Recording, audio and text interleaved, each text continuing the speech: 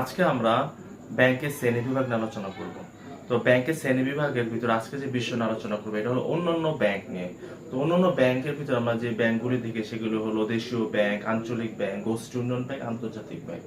দেশীয় ব্যাংক বলতে বোঝানো হচ্ছে ওই ধরনের ব্যাংক ওই সময় দেখা যেত যে কোনো একজন ব্যক্তি তারা ছোট ছোট ঋণ দিত বা কোনো কিছু একটা বন্ধক রেখে বিনিময়ে টাকা ধার দিত বা ঋণ দিত। তো এই ধরনের ব্যবসাগুলো যারা করতো তাদেরকে মূলত স্বর্ণকাররা এই ধরনের ব্যবসাগুলো করে থাকতো। আর হলো মহাজন নামে কিছু যাদের কাছে অর্থ বিদ্যুৎ বেশি ছিল তারা এই ধরনের ব্যবসাটা বেশি করে থাকতো।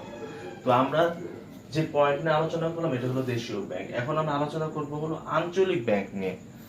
আঞ্চলিক ব্যাংক বলতে কি বোঝানো হচ্ছে? আঞ্চলিক ব্যাংক বলতে বোঝানো হচ্ছে কোনো একটা অঞ্চল কেন্দ্রিক ডেভেলপ করার জন্য বা কোনো একটা অঞ্চলের উন্নয়নের জন্য যে ব্যাংক প্রতিষ্ঠিত হয়ে থাকে। যেমন আমাদের এশিয়া মহাদেশের মধ্যে এই ধরনের ব্যাংক আছে, এডিবি, এশিয়ান ডেভেলপমেন্ট ব্যাংক। তারা মূলত হলো এশিয়া সাবকন্টিনেন্টাল যে কান্ট্রিগুলি আছে এগুলিতে কিভাবে আর্থিক উন্নয়ন করা যায়, এদেরকে কিভাবে ঋণ দেওয়া যায় স্বল্প সুদে, এদের এদের অর্থনৈতিক উন্নয়নের ক্ষেত্রে, সামাজিক উন্নয়নের ক্ষেত্রে তারা ভূমিকা পালন করে থাকেন। তো আমরা এখন যেটা আলোচনা করলাম সেটা হলো আঞ্চলিক ব্যাংক। এখন আমরা আলোচনা করবো হলো গোষ্ঠী উন্নয়ন ব্যাংক। গোষ্ঠী উন্নয়ন ব্যাংক বলতে বোঝানো হচ্ছে কোনো একটা গোষ্ঠী বা কোনো একটা জাতের উন্নয়নের জন্য যে ধরনের ব্যাংকিং কার্যকলাপগুলি করে থাকেন বা যেখানে দেখা যায় ছোট ছোট ঋণ দিয়ে থাকেন, বড় অঙ্কের ঋণ দিয়ে থাকেন দীর্ঘমেয়াদী স্বল্প সুদের জন্য বা তাদের ডেভেলপ করার জন্য বিভিন্ন ধরনের ব্যাংকিং আর্থিক কার্যকলাপগুলি করে থাকেন। তো এই ধরনের ব্যাংকগুলি বলতে একটা ব্যাংক আছে হলো যেটা হলো আইডিবি, ইসলামিক ডেভেলপমেন্ট ব্যাংক। তারা মূলত হলো ইসলামিক যে কান্ট্রিগুলি আছে বিশ্বের, সেই বিশ্বে ইসলামিক কান্ট্রিগুলিকে কিভাবে আর একটু ডেভেলপ করা যায় অর্থনৈতিকভাবে, তাদের কিভাবে স্বল্প সুদে ঋণ দেওয়া যায় স্বল্প উন্নয়ন ইসলামিক কান্ট্রিগুলিতে, তো এগুলো নিয়ে বিভিন্ন কাজ করে থাকেন।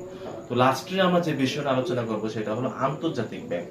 আন্তর্জাতিক ব্যাংক বলতে বোঝানো হচ্ছে ওই ব্যাংকটাকে যেখানে মূলত হলো যে সমগ্র বিশ্বের সকল ক্ষেত্রেই তারা উন্নয়নমূলক কাজের ক্ষেত্রে তাদের দীর্ঘমেয়াদী ঋণ দেওয়ার জন্য বা তাদের সামাজিক কোন ক্ষেত্রে উন্নয়নের জন্য বা জলবায়ু ক্ষেত্রে উন্নয়নের জন্য বা পরিবেশগত উন্নয়নের জন্য বা বিভিন্ন ধরনের উন্নয়নমূলক কাজগুলো তারা করে থাকে। তারা মূলত হলো কোনো একটা অঞ্চলের উপরও করে না, কোনো একটা গোষ্ঠীর উপরও করে না বা কোনো একটা বিশেষ দেশের উপরও করে না। তারা সমগ্র বিশ্ব নিয়ে কাজ করে এবং সমগ্র বিশ্বের উন্নয়নের জন্যই তারা বিভিন্ন ধরনের ব্যাংকিং কার্যকলাপগুলো সম্পাদন করে থাকে। তো আমরা যে বিষয়টা নিয়ে আলোচনা করেছি সেটা হলো ব্যাংকের শ্রেণী বিভাগের অন্যান্য ব্যাংক। 1 নম্বর হলো দেশীয় ব্যাংক নিয়ে আলোচনা করেছি, 2 নম্বর হলো আমরা আলোচনা করেছি হলো গোষ্ঠী উন্নয়ন ব্যাংক নিয়ে, 3 নম্বর আলোচনা করেছি হলো আমরা আন্তর্জাতিক ব্যাংক নিয়ে, 4 নম্বর আলোচনা করেছি হলো আন্তর্জাতিক ব্যাংক নিয়ে। তো আজকে আমরা ব্যাংকের শ্রেণী বিভাগের এখানে আমরা সমাপ্ত ঘোষণা করছি ক্লাসে।